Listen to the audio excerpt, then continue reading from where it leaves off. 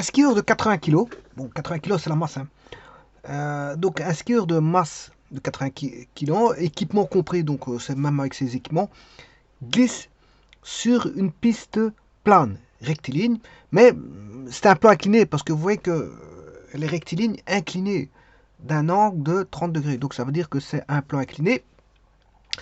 Donc l'inclinaison est de 30 degrés par rapport à l'horizontale. La piste est verglacée, donc toutes les forces de frottement peuvent donc être considérées comme négligeables. Donc on considère on n'a pas de frottement, mais que ça glisse bien. Voilà, ça glisse très bien au point de négliger les forces de frottement. Le skieur part en haut de la piste avec une vitesse nulle. Ça, c'est intéressant pour cadrer la vitesse initiale égale à 0 par rapport à un repère. Voilà, et mettre l'origine là où il démarre, hein, c'est-à-dire le skieur part en haut de la piste, donc je mettrai le haut de la piste, l'axe en haut de la piste. Utiliser la relation fondamentale de la dynamique pour calculer l'accélération. Euh, la distance nécessaire pour que la vitesse du skieur passe de la valeur 1 mètre par seconde acquise à un instant donné à la valeur de 10 mètres par seconde. Donc on va passer de 1 mètre à 10 mètres par seconde. Bon, vous savez très bien que l'accélération ici va être constante. Ça va être très intéressant, vous allez voir qu'elle va être constante.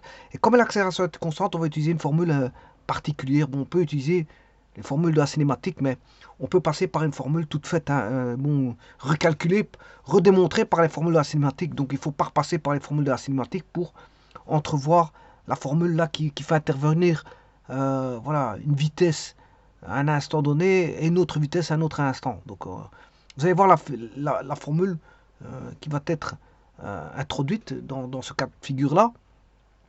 Et ensuite, petit b, on demande de déduire, en déduire que la somme... Alors là, on aura les vitesses. Hein. Non, on a les vitesses. On les a, je m'excuse. On les a, les vitesses. On a un petit peu de tout. On a la masse, les vitesses et tout ce qui s'ensuit. En déduire que la somme des travaux des forces extérieures, des forces exercées sur le skieur est égale à la variation de l'énergie cinétique. En déduire que la somme des travaux, donc la somme des travaux des forces extérieures exercées sur le skieur. Bon, le système, c'est le skieur, hein, qui est sur un plan incliné. Bon, aussi, on donne l'accélération de la pesanteur qui est, dans les calculs, doit être pris à 9,8 et non pas 9,81. Bon, c'est tant mieux. Hein. On a un point donné, ici, il est considéré à 9,8.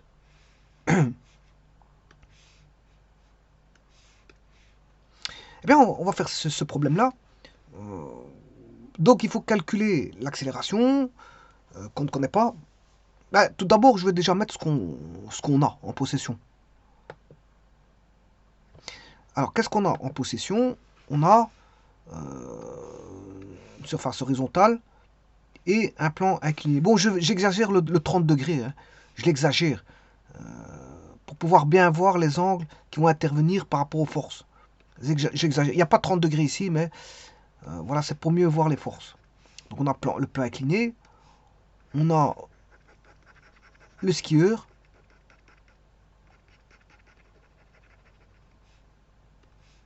bien sûr avec les skis.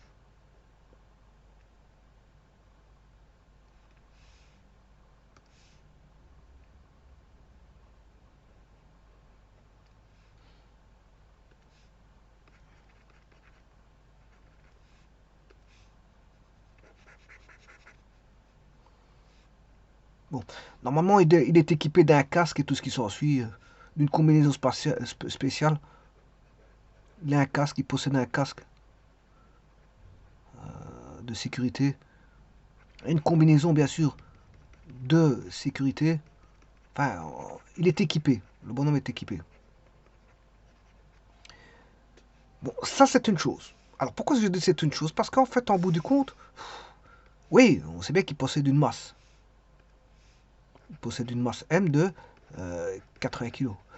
Ce que je vais étudier ici, ben, c'est un point fictif qui est le centre d'inertie. Donc, je vais considérer là le bonhomme comme étant un point matériel. Un point matériel, Ben, ici, il est situé au niveau du centre de gravité, au niveau du ventre. Le centre de gravité est au niveau du ventre. Donc là, on a le centre de gravité. Donc, je vais considérer voilà, un point matériel. Alors, là, on a bien sûr le poids. On a le poids. Et on a du glissement. Mais le glissement, on a une réaction du sol sur... La réaction, elle est perpendiculaire. Pourquoi? Parce qu'on n'a pas de force. Normalement, on devrait avoir des forces de frottement, comme ceci, et les deux composantes nous donnent la réaction R. Donc on aurait une réaction normale et une réaction tangentielle. Réaction tangentielle nous donne les forces de frottement. Mais ici, on n'a pas, parce qu'on considère qu'on a un glissement pur et qu'on néglige les forces de frottement. Donc, on n'a qu'une composante normale. Il n'y a pas de composante tangentielle. Et donc, le R redevient la réaction qui est la réaction normale. Réaction du sol sur voilà, le skieur.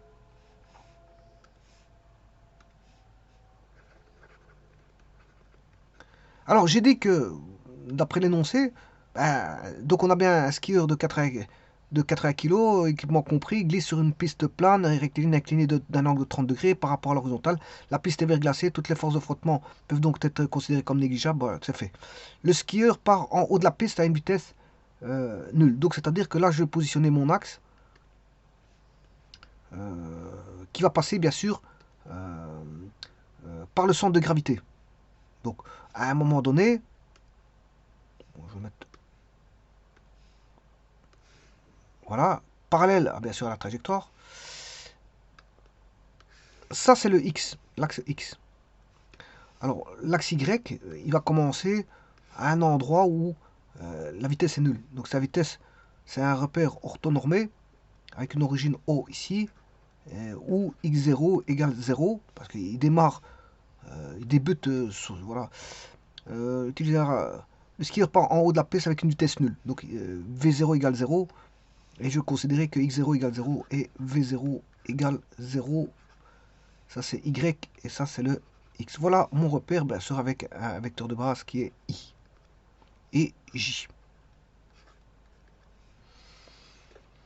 Eh bien, on a tout pour faire le traitement. Alors, je vous rappelle que on a, ça c'est le poids, eh bien, que la relation dynamique nous dit que la somme des forces égale à MA, tout simplement. Alors là, le problème, c'est qu'on a une composante suivant X et une composante suivant Y. Et donc, la composante suivant X, pour le poids,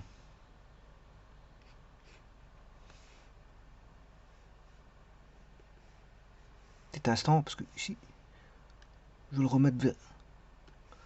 La composante, là, ça c'est la normale. Hein. C'est normal, il est perpendiculaire, je l'ai mal fait, mais enfin bref. On a une perpendiculaire ici. Donc, là, on a alpha. Ici, si je continue ici, là, on a 90 degrés. Là, on a... ici, on a 90 degrés aussi. Là, si je fais ça, là, on a 90 degrés ici. Par contre, là, on a 90 moins alpha. Ici, on a 90 moins alpha. Et donc, ce qui veut dire que l'angle qui est là-bas fait alpha. L'angle là, en bleu, fait alpha. Et donc, si je veux projeter sur l'axe des Y, c'est un cosinus. Hein. Voilà, vous avez ceci, ceci. La projection d'un vecteur, de ce vecteur-là, ici, ben, si vous avez alpha, c'est U fois V, U fois V, produit scalaire, est égal à la norme de U fois la norme de V fois le cosinus de l'angle entre U et V, qui est ici, dans ce cas-ci, alpha. Donc, c'est-à-dire qu'on aura UV cosinus alpha. Alors, le U peut être un vecteur de base, si je prends un vecteur de base, et le V, ben, c'est le poids ici. Le V, c'est le poids. Donc, P et U, P sur U, sur voilà, un vecteur de base. Et donc, là, qu'est-ce que j'aurais? Ben, j'aurais tout simplement... Alors, bien sûr, il serait dans le sens négatif. Hein. Ah ouais, parce que le poids, il serait... Si je le projette, il serait dans le sens négatif ici. dy. par rapport à Y. Voilà. Donc par rapport à Y, bien sûr, par rapport à l'axe Y ici. Que je peux remettre ici. Hein. Voilà, l'axe Y, je peux le remettre là. Voilà.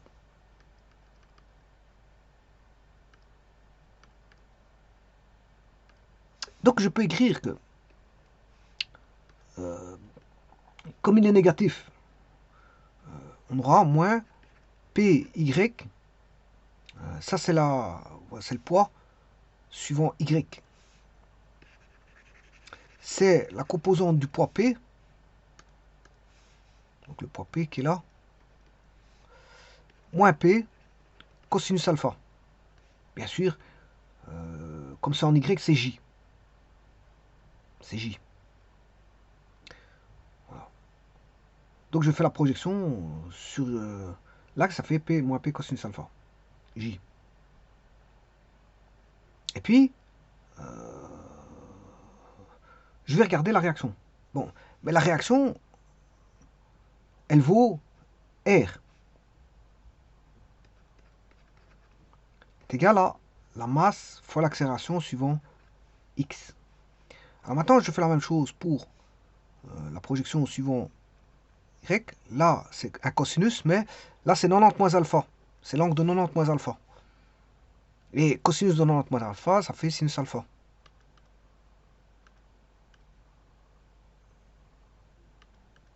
Donc la projection, comme ceci, sur l'axe des X, du poids, eh ben, c'est P sinus alpha.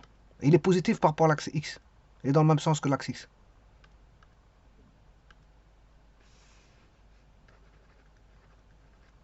Alors là, on aura P sinus alpha. La réaction en X, ben, la réaction, si je fais une projection de R sur X, ça fait 0.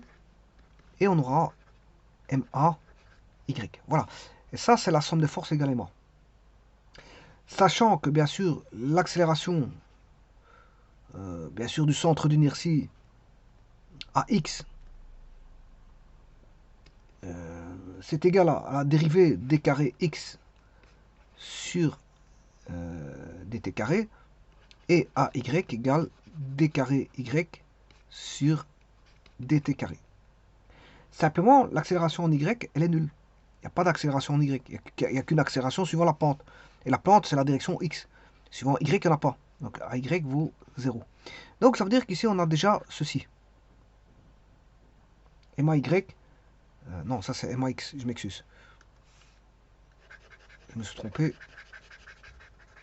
Parce que ça c'est MAX, l'accélération suivant X, l'accélération suivant Y, et que suivant la Y, l'accélération, elle est nulle. Et donc ça donne déjà quelque chose de très intéressant.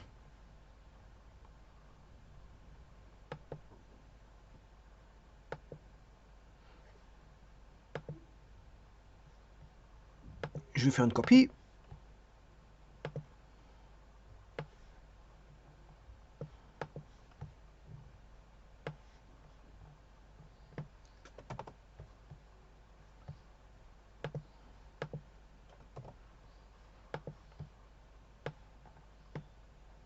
On va traiter toutes ces forces.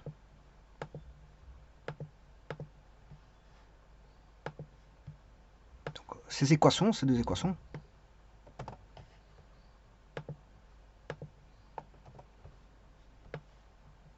Bon, eh bien, en voyant ceci, on peut trouver, grâce à l'équation numéro 1, on peut trouver l'accélération suivant X. Et grâce à l'équation numéro 2, on peut trouver la réaction. Aussi simplement que possible. En résolvant tout simplement les deux équations.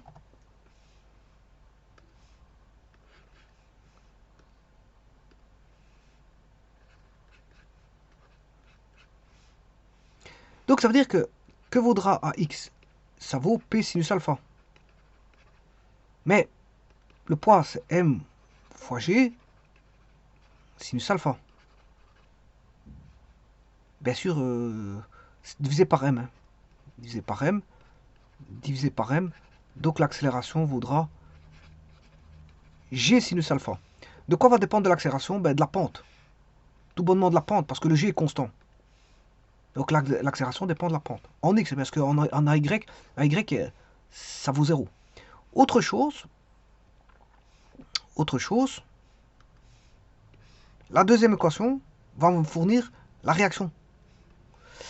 Puisque je peux tirer de l'équation numéro 2, moins P cos alpha égale moins R. Donc R égale P cos alpha.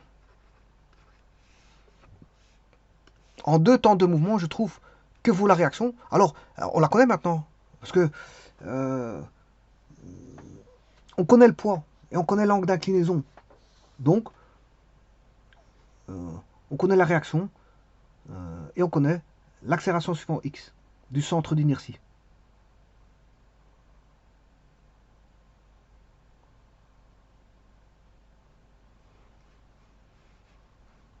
Et ça, maintenant, je peux faire la cinématique. Le traitement cinématique. Alors, traitement cinématique et dynamique. Parce que, voilà, utiliser la relation fondamentale de la dynamique pour calculer l'accélération, c'est fait. Alors, on vous donne deux distances et deux vitesses. Et grâce à ça, je peux déduire la somme des travaux exercés sur le skieur. Puisque je vous rappelle que la somme des travaux est égale à, normalement, l'énergie cinétique, 1,5 mv carré. Bien sûr, sur deux situations, situation 1 et situation 2. Or, j'ai deux situations, on me les donne. Eh ben, donc maintenant, je vais traiter le point de vue cinématique pour retomber sur le point de vue dynamique.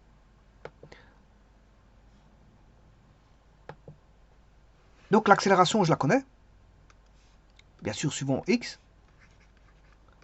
est égal à g est dépendant de la pente, alpha. Mais je connais aussi la réaction. La réaction, c'est P cos alpha. Voilà, il y a deux choses qui sont tirées. Donc la réaction dépend du poids et de l'angle. Hein, alors que l'accélération dépend de l'angle. Et bien sûr de la gravitation, mais la gravitation étant constante. Même le poids, même R, le P il est constant ici, hein, parce que c'est le poids du skieur. C'est le poids du skieur. Et bien maintenant, je vais traiter le point de vue cinématique. Et le point de vue cinématique, qu'est-ce qu'on me dit? Ben, on me dit qu'on donne deux distances. La distance nécessaire pour que la vitesse du skieur passe de 1 mètre à l'instant donné qui était 1 à la valeur de 10 mètres par seconde qui est à un autre instant donné qui est T2, sachant que la vitesse initiale en haut de la piste, il est à une vitesse nulle et que j'ai pris x égale 0 en haut de piste, voilà, le haut de piste il est ici, donc on a V0 égale 0 à l'origine et x égale 0. Et grâce à ça, je vais trouver l'expression des vitesses. Alors pour ça, je vais utiliser les équations de la cinématique. La vitesse, donc on sait que l'accélération c'est g sinus alpha. La vitesse c'est V0 plus AT. Attention que c'est V0 suivant x. Donc c'est la vitesse suivant x. Alors on a l'accélération bien sûr suivant x, à xt. Bien sûr du centre d'inertie. Voilà. Ça c'est l'équation de la vitesse. L'équation horaire x égale x0 plus v0t plus at carré sur 2. Alors c'est l'accélération suivant x, la vitesse initiale suivant x, le x0, bon c'est x0 et x c'est x. Voilà. Et l'accélération suivant x égale g sinus alpha. Voilà. Et il faut composer avec ça. Alors, comme je vous ai dit, l'origine, on a V0 égale 0 et X0 égale 0. Ouais, c'est le haut, c'est en haut. On est en haut, ici. Ah, ici. Bon. Le haut, il est là. Là, le J, là, le I, l'origine O. Et là, on a bien V0 égale 0, X0 égale 0. Ce qui veut dire que, bon, je vais simplifier. Là, on a V0, X qui vaut 0, le X0 vaut 0, le V0 qui vaut 0. Et on n'a plus qu'une équation, on veut dire, qui est simplifiée. Non, x est égal à ax t carré sur 2 avec ax qui est égal à g sinus alpha.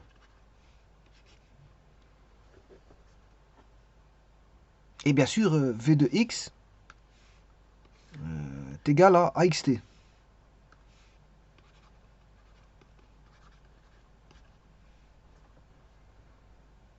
Alors, v de x est connu.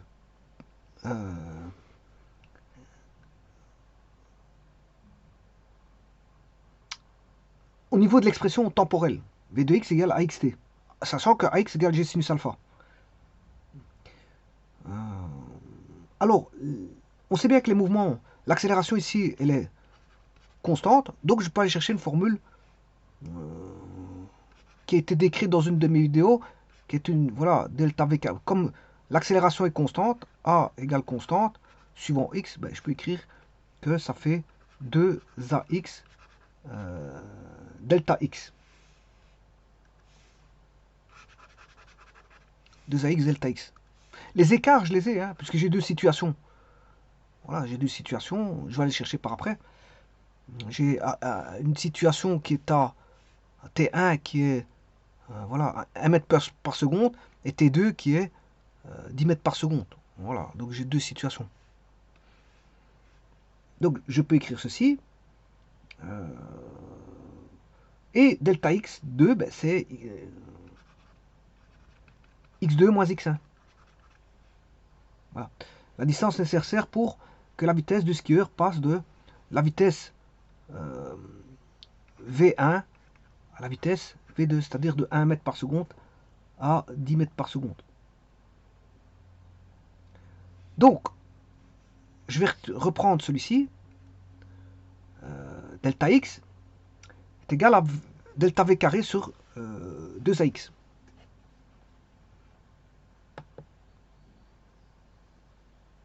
Instant.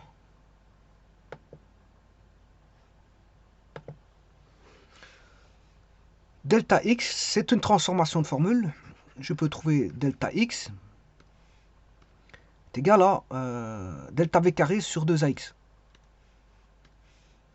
Delta v carré, bien sûr, de x sur 2ax. Donc, c'est-à-dire que x2 moins x1 est égal à v carré 2 moins v carré 1 sur 2ax. C'est-à-dire v2 carré 1 moins v1 carré 1 sur 2 fois, alors l'accélération suivant x, c'est g sinus alpha.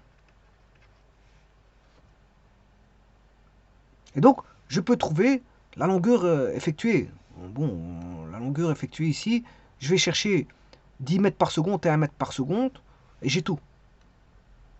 Pour passer de 10 mètres, de 1 mètre par seconde à 10 mètres par seconde, j'aurai la longueur. Donc, pour passer d'une vitesse de... Ouais, l'accélération est une accélération comme ceci, suivant y, ben, elle est nulle. Je vous avais dit qu'elle était nulle. Parce que normalement, il faut une composition des accélérations. On a ax comme ceci, et normalement, elle est composée de 2. Voilà, l'accélération, on a une accélération a comme ceci. Mais celle en y est nulle. Hein. Donc, on n'a plus qu'une accélération suivant x, qui est comme ceci. On n'a pas d'accélération en y. Voilà, ça c'est pour la petite histoire. Donc, les vecteurs accélération, l'accélération a vaut ax. Puisque l'accélération en y est nulle. L'accélération en y, on a ax, l'accélération a égale ax, l'accélération sur x. Bon, et les vitesses, ben, les vitesses,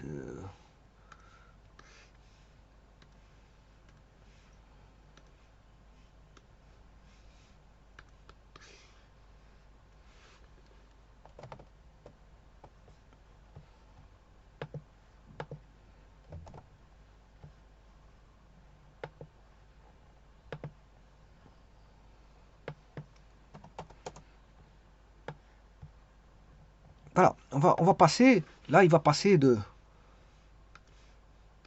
1 mètre par seconde à 10 mètres par seconde. Donc là, Supposons qu'il est au-dessus. On va le mettre là.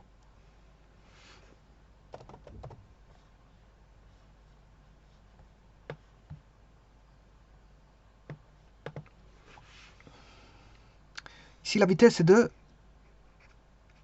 1 mètre par seconde. Il faut que je mette le plan incliné, bien sûr. Parce qu'il a disparu. Plan incliné, le voici. Voilà. Et là, la vitesse est beaucoup plus grande. Bon, il n'est pas à l'échelle, je ne mets pas les vecteurs à l'échelle, mais voilà, c'est 10 mètres par seconde. Ils ne sont pas à l'échelle. Voilà. Et donc on a la situation 1 et la situation 2. C'est ce que j'ai ici. Donc si je fais 10 au carré moins 1 au carré, sur 2 fois 1,8, je vous rappelle que c'est 1,8 le G, fois sinus de l'angle il fait 30 degrés, eh bien je peux trouver la longueur qui va de là à là, qui est x2 moins x1. Alors je rappelle qu'ici on a x1 sur l'axe x, et là on a x2. Et donc je peux trouver x2 moins x1.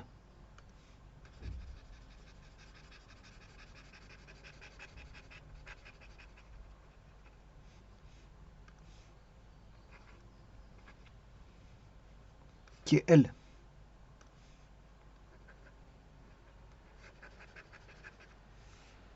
Donc, c'est ce que je suis en train de chercher. Je cherche la longueur L, qui est x2 moins x1. Et là, le L vaut 10 au carré, je vais faire le calcul. Petit instant. 100 moins 1, 99. 99 divisé par 2, divisé par 1,8, divisé par sinus de 30.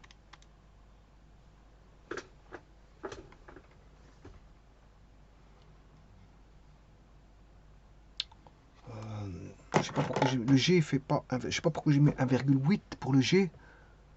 Mais le G c'est 9,8. Je sais pas pourquoi j'ai pris 9. C'est 9,8. Le G c'est 9,8. Je sais pas pourquoi j'ai pris 1,8.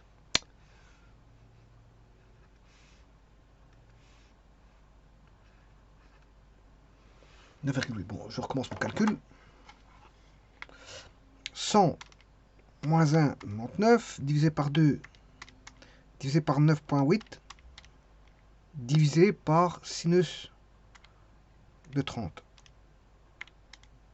10, 20, 40, 82. 10, 20, 40, 82, je prends, donc c'est-à-dire 10,102, je prends 10,1. 10,1 mètres, environ.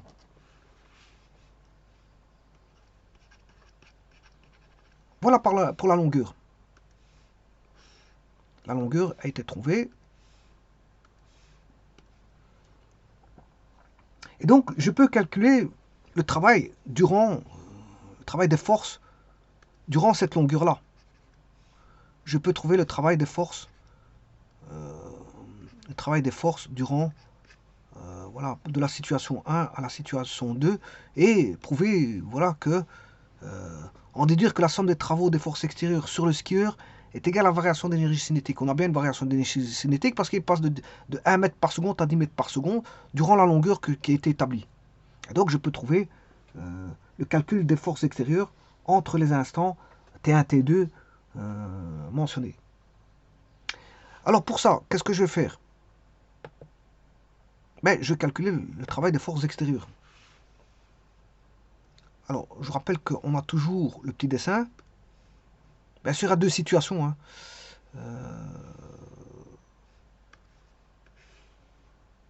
Je peux en prendre qu'une.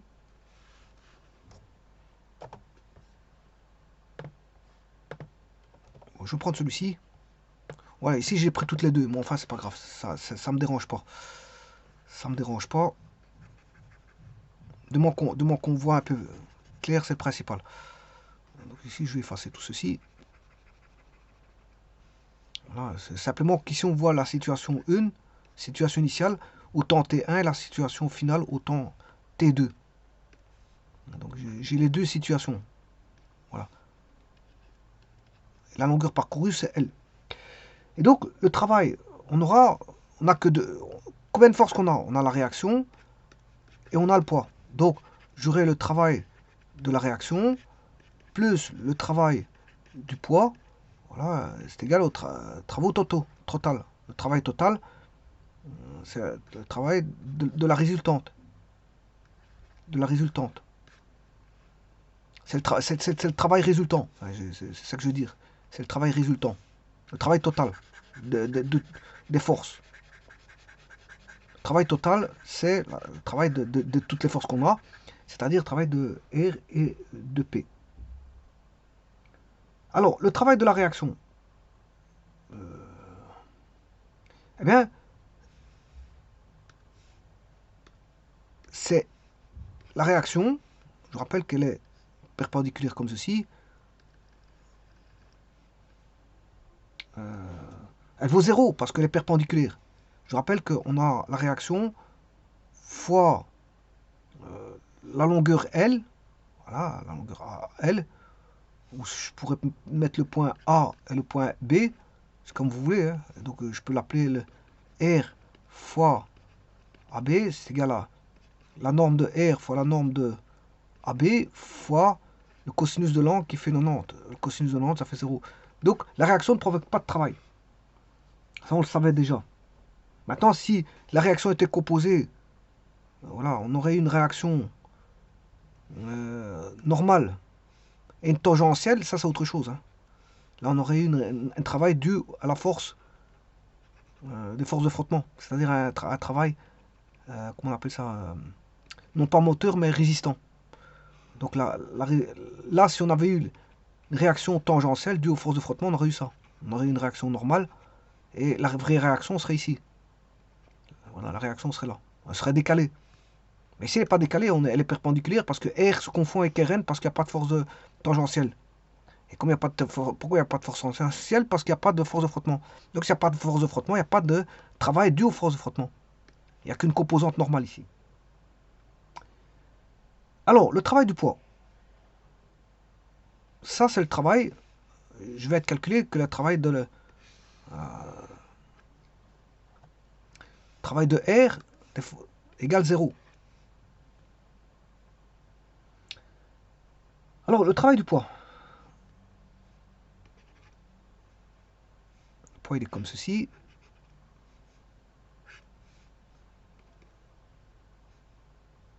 Le travail de P est égal au poids fois la distance AB. Or, bon, le poids, c'est M fois G. Et je vous rappelle que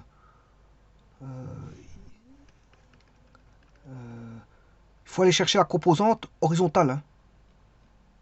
Ici, c'est 90 moins alpha ici. Puisque là, on a alpha, 90 moins alpha. Voilà, je fais la projection, c'est mg. La composante du poids, comme ceci, horizontale, c'est mg sinus alpha. Fois AB, qui est la longueur L. Donc, on aura mgl sinus alpha. Voilà.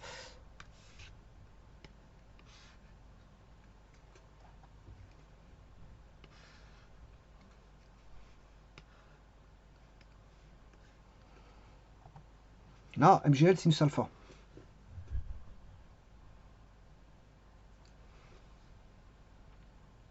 mgl sinus alpha. Donc, ça veut dire que la somme des travaux, travail total, hein, qui est la somme des travaux des différentes forces, hein, la somme des travaux des FI, des forces FI,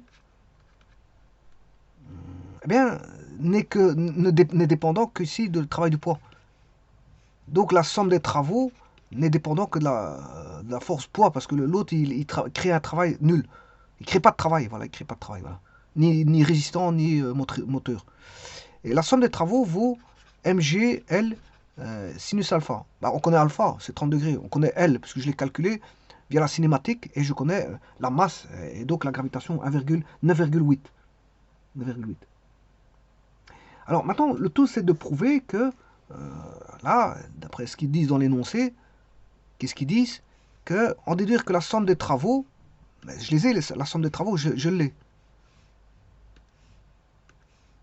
La somme des travaux des forces exercées sur le skieur, je l'ai, hein, voilà, c'est ce que je viens de trouver, mgl sinus alpha, est égal à la variation d'énergie cinétique. Oh, en fait, c'est le théorème, voilà, c'est un théorème, hein, c'est le théorème de l'énergie cinétique voilà, qui se déduit de la relation fondamentale de la dynamique.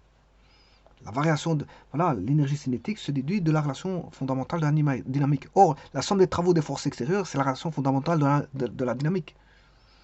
Et voilà, et la variation d'énergie cinétique, ben, c'est avec les vitesses. Donc, ce qui veut dire que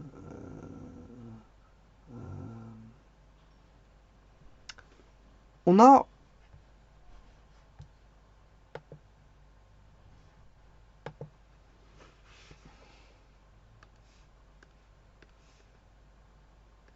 la somme des travaux est égale à mgl sinus alpha. Voilà. Que vaut tout à l'heure j'ai fait de la cinématique. Voilà, j'ai déduit que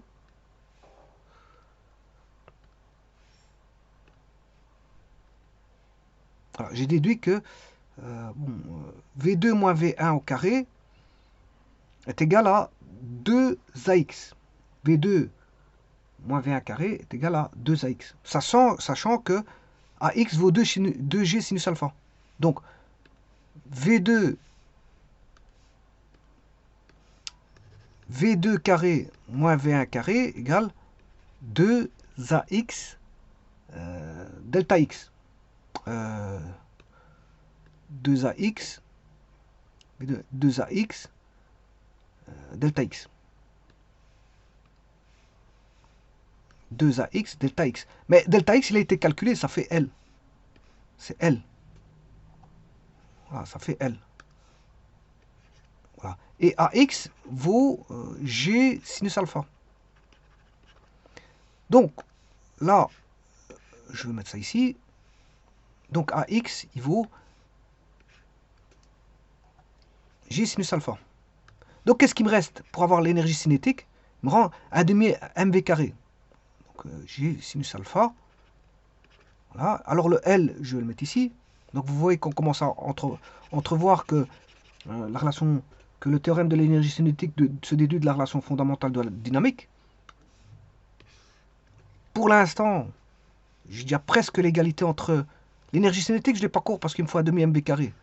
Je n'ai que V2 carré moins V1 carré. Sinus alpha, je l'ai. Donc, pour l'instant, j'ai quoi? J'ai le sinus alpha. Bon, sinus alpha, on l'a. Sinus alpha, on l'a. Le L, on l'a. Le G, on l'a. Simplement, d'un côté, on a M, et de l'autre côté, on a 2. Alors, pour avoir l'énergie cinétique, je vous rappelle que c'est 1 demi mv carré. Voilà, donc il faut que j'introduise le 1 demi m. J'ai déjà V2 carré moins V1 carré. Je vais multiplier par m. Bah, là, je fais apparaître mon m. Voilà, on a presque la même chose. Et l'énergie cinétique, c'est 1 demi mv carré. 1 demi. Donc je multiplie par 1 demi ici. Et là, ça fait 1. Et donc on a bien que, vous voyez bien que la somme des travaux des forces extérieures est égale à l'énergie, la variation d'énergie cinétique. Attention que c'est une variation, hein, parce que c'est 1 demi V2 carré moins 1 demi V1 carré. Parce que c'est 1 demi mv2 carré moins 1 demi mv1 carré. Donc c'est l'énergie cinétique en 2 moins l'énergie cinétique en 1. C'est-à-dire c'est une variation d'énergie cinétique.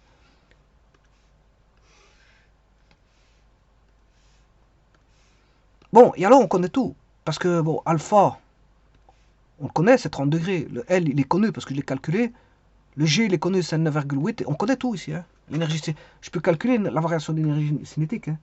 J'ai tout. Voilà, on a tout. Il suffit de le calculer. Vous tapez le M qui vaut 80 kg, je crois. Le G, 9,8. Le L, je ne sais plus c'était combien de mètres. 10,1, ça y est, je me rappelle. 10,1 et sinus de 30. Donc, si je veux calculer la variation d'énergie cinétique, ça fait...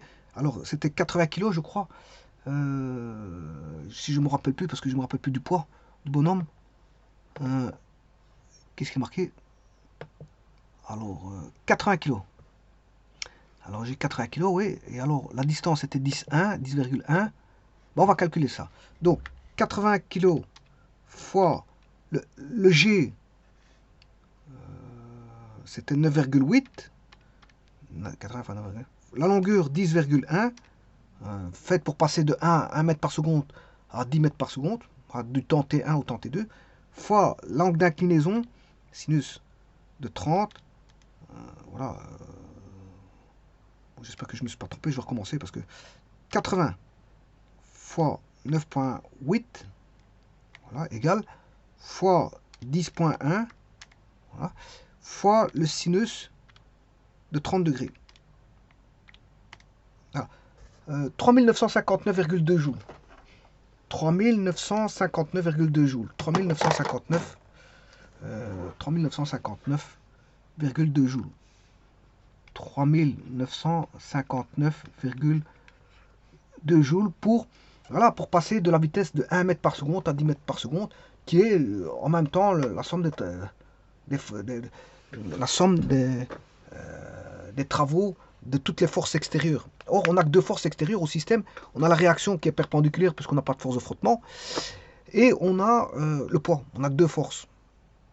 Et voilà. Et donc, la somme des travaux, c'est dépendant. Comme on n'a qu'un seul travail dû au poids, mais, alors, maintenant, j'ai autre chose à dire. Quand vous avez une réaction comme ça, une pente,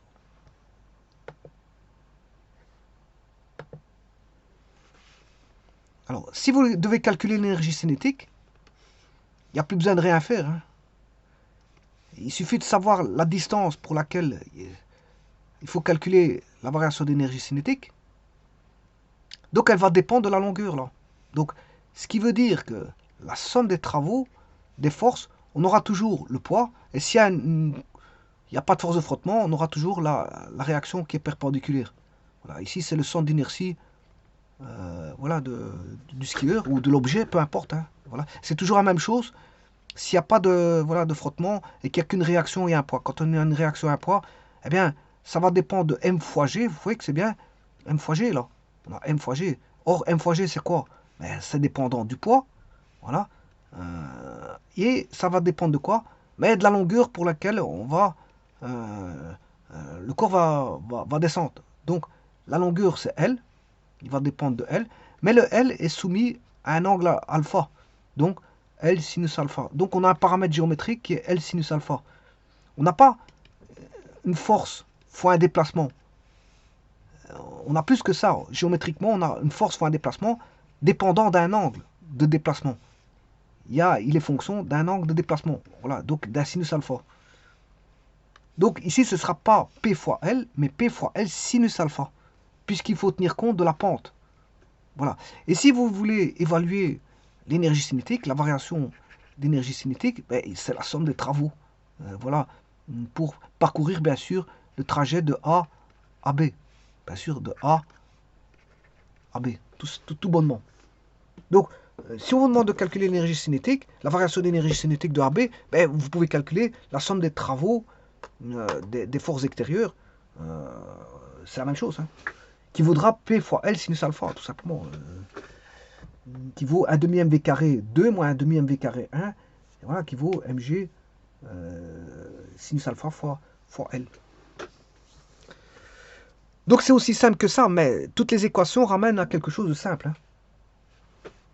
Toutes les équations ramènent à quelque chose de simple qui est tout simplement une force fois un déplacement, mais dépendant d'un angle. Parce qu'on est sur une inclinaison. Une inclinaison. Je vous remercie.